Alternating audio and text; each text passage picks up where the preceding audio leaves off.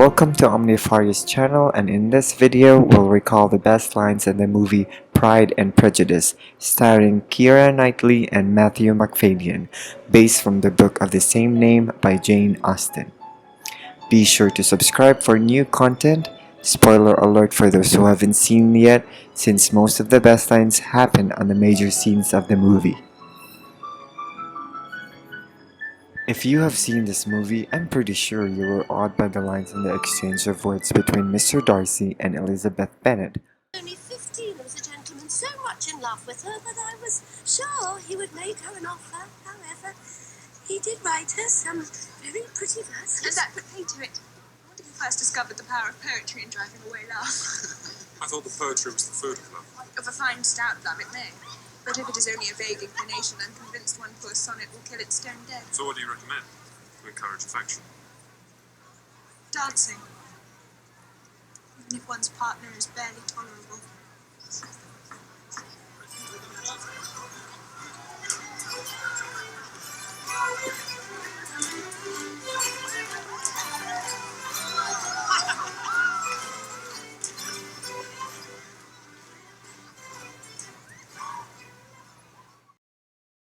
Oh, I still can't believe what he said about you.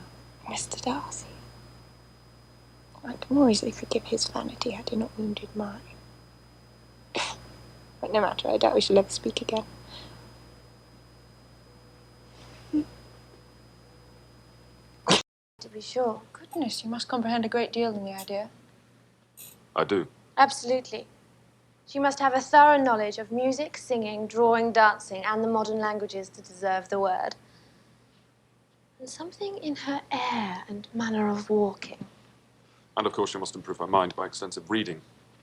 I'm no longer surprised at your knowing only 6 accomplished women. I rather wonder now at your knowing any.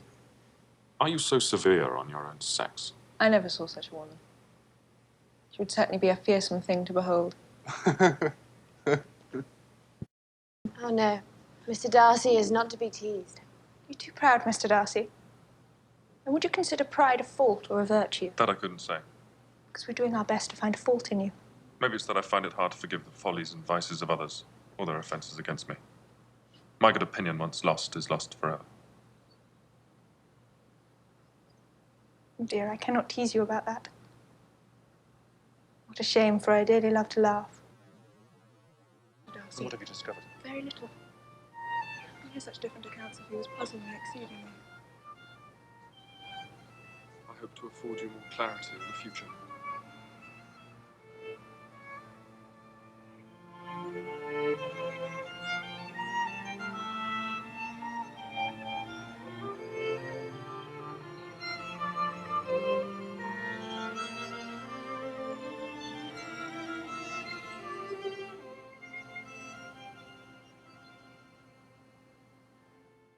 Sir, I am honoured by your proposal, but I regret that I must decline it.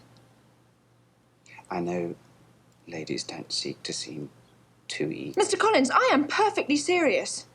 You could not make me happy, and I'm convinced I'm the last woman in the world who could make you happy. I flatter myself, cousin, that your refusal is merely a natural delicacy. Besides, you should take into account that despite your manifold attractions, it's by no means certain that another offer of marriage may ever be made to you. Mr. Collins. So I must conclude that you simply seek to increase my love by suspense. Sir. According to the usual practice of elegant females. Sir. I am not the sort of female to torment a respectable man. Please understand me. I cannot accept you. I'm here to tell you the news. Mr. Collins and I are engaged. Engaged? Yes.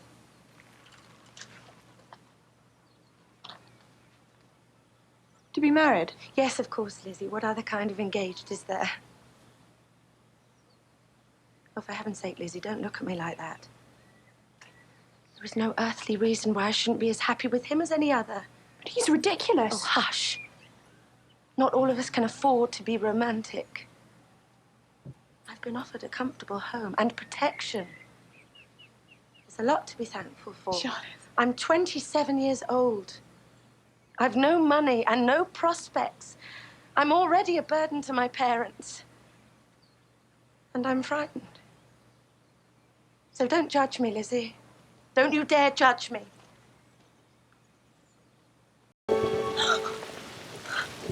Miss Elizabeth, I have struggled in vain and I can bear it no longer. These past months have been a torment. I came to Rosings with the single object of seeing you. I had to see you. I have fought against my better judgment, my family's expectation, the inferiority of your birth, my rank and circumstance, all these things, and I'm willing to put them aside and ask you to end my agony. I don't understand. I love you. Most ardently. Please do me the honor of accepting my hand. Anything might tempt me to accept the man who has ruined, perhaps forever, the happiness of a most beloved sister. Do you deny it, Mr. Darcy? That you separated a young couple who loved each other, exposing your friend to the centre of the world for caprice, and my sister to its derision for disappointed hopes, and involving them both in misery of the acutest kind? I do not deny it.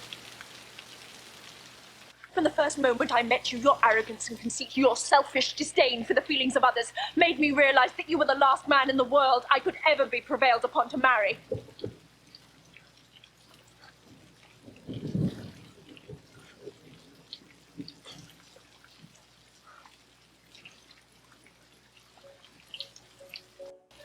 So this is your opinion of me.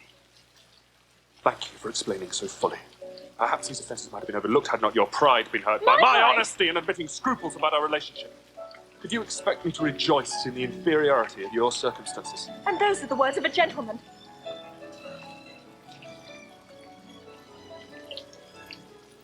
Forgive me, madam, for taking up so much of your time.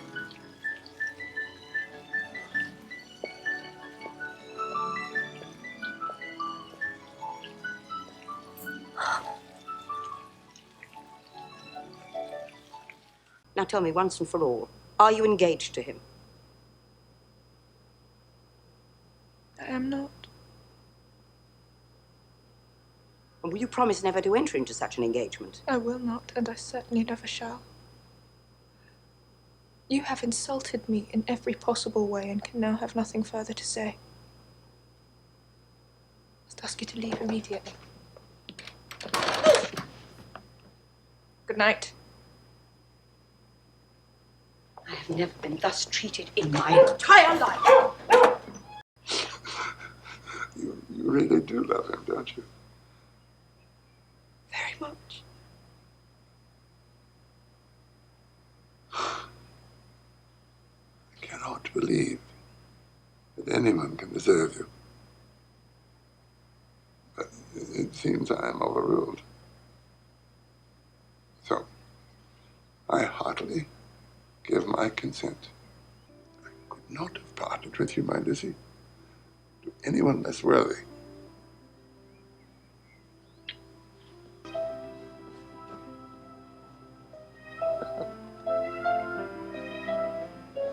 If any young men come for Mary or Kitty, for heaven's sake, send them in. I'm quite at my leisure.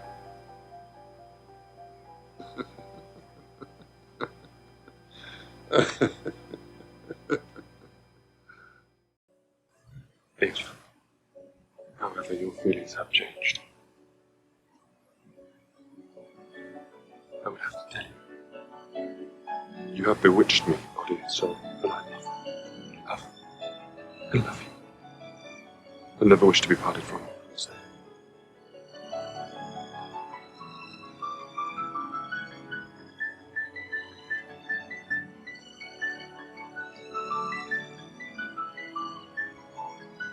Well then.